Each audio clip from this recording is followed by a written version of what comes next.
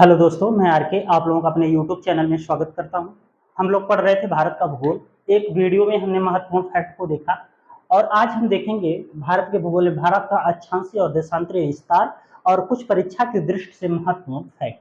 सबसे पहले अक्षांशीय और देशांतरीय विस्तार को जानने के लिए हम किसका प्रयोग करेंगे? हम करेंगे ग्लोब का प्रयोग। और अक्षांशीय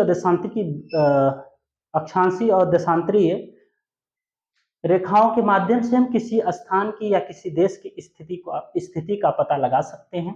जैसा कि हम ग्लोब पर ये जो देख रहे हैं 36, ये रेखा जो देशांतर रेखा और एक ऊर्ध्वाधर है, ये अक्षांश रेखा है। उसी प्रकार वो 36 रेखा है, ये अक्षांशीय विस्तार यहाँ से यहाँ तक है और यहाँ से लेकर यहाँ तक इसका देशांतरीय विस्तार है। अक्षांशीय विस्तार हमारा है 8 अंश 4 मिनट से लेकर 37 मिनट 37 अंश 6 मिनट।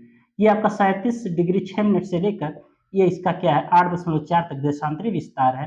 और उसके पास 68 अंश 7 मिनट से लेकर 97 अंश 25 मिनट तक इसका क्या है, यहाँ से लेकर यहाँ तक इसका अक्षांशीय विस्तार है। ठीक, ये आपका देशांतरीय रेखा है, ये यहाँ से लेकर देशांतरीय विस्तार, ये आपका अक्षांशीय रेखा है, यहाँ से लेकर यहाँ तक इसका अक्षांशीय विस्तार है। अक्षांशीय और देशांतरीय विस्तार के बारे में हम लोगों ने चर्चा किया, ये आप लोग इसको नोट कर लीजिएगा। उसके बाद आते हैं, एक टॉपिक है आपकी अंतरिक्ष और प्रायद्वीप में अंतर। अंतरिक्ष और प्रायद्वीप में अंतर क्या होता है कि तीन ओर से जल से घिरी आकृति जो बड़े आकार में है उसे हम क्या कहते हैं? उसे हम कहते हैं प्रायद्वीप। जो तीन तरफ जल से घिरा हो और काफी बड़ा हो उसे हम क्या कहेंगे? महाद्वीप कहेंगे, प्रायद्वीप कहेंगे। और उसके बाद जो छोटा सा हिस्सा है और वो जल से घिरा है तीन तरफ से, तो उसे क्या कहेंगे? अंतरिक्ष कहेंगे या केप कहेंगे। एक बार परिभाषा में आप लोग देख लीजिए, तीन ओर से जल से घिरा बड़ा भाग प्रायद्वीप का और तीन ओर जल से घिरा छोटा भाग अंतरिक्ष कहलाता है। ठीक, क्या कहलाता है? अंतरिक्ष कहलाता है। जैसे ये देखिए भारत का यहाँ से लेकर ये जो आप देख रहे हैं यहाँ से लेकर यहाँ तक जो बड़ा भाग ये इतना जल से घिरा है, इसे क्या कहते हैं? प्रायद्वीप भारत कहते हैं। और यहीं पर एक केप केमोरिन है, इसे हम क्या कहते हैं? केप अंतरिक्ष कहते हैं। ठीक, या इसे क्या कहते हैं हम? अंतरिक्ष कहलाता है, या इसे केप कहते हैं। केप को ही अंतरिक्ष कहते हैं। ठीक, ये आपको समझ में आ गया होगा कि जल से तीन तरफ से घिरा बड़ा भाग प्रायद्वीप कहलाता है और छोटा भाग क्या कहलाता है? अंतरिक्ष कहलाता है। ये चीज आपको समझ में आई होगी।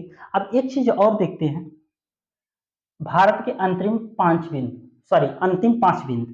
पहला जो है लद्दाख में है, उत्तर में। ठीक, उत्तर में लद्दाख में इंदिरा कॉल है। उसके बाद आता है पश्चिम में हमारा कच्छ के रण में, देखिए वेस्ट है, भारत का मैप है। उत्तर में इंदिरा कॉल है पॉइंट सबसे आखिरी बिंदु, और पश्चिम में गौरमोता है जो कच्छ के रण में गुजरात में है।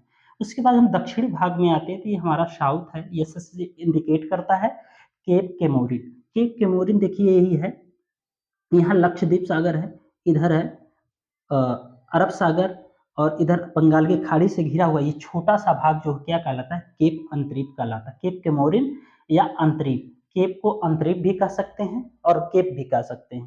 ठीक, ये दक्षिणी बिंदु केप केमोरिन है, ये तमिलनाडु, ये भारत के मुख्य भाग से जुड़ा हुआ है। उसके बाद हमारा पश्चिमी जो है किविथु, ये अरुणाचल प्रदेश में है, और ये जो इंडिकेट करता है ईस्ट को करता है। ठीक, अब उसके बाद अगर जलीय भाग दक्षिणी भाग, ये तो मुख्य भूमि की बात हो गई। अगर यहाँ बात किया जाए इंदिरा पॉइंट या पिग्मेलियन पॉइंट, इसे क्या कहा जाता है, या कहें तो हम पार्सन पॉइंट कहते हैं।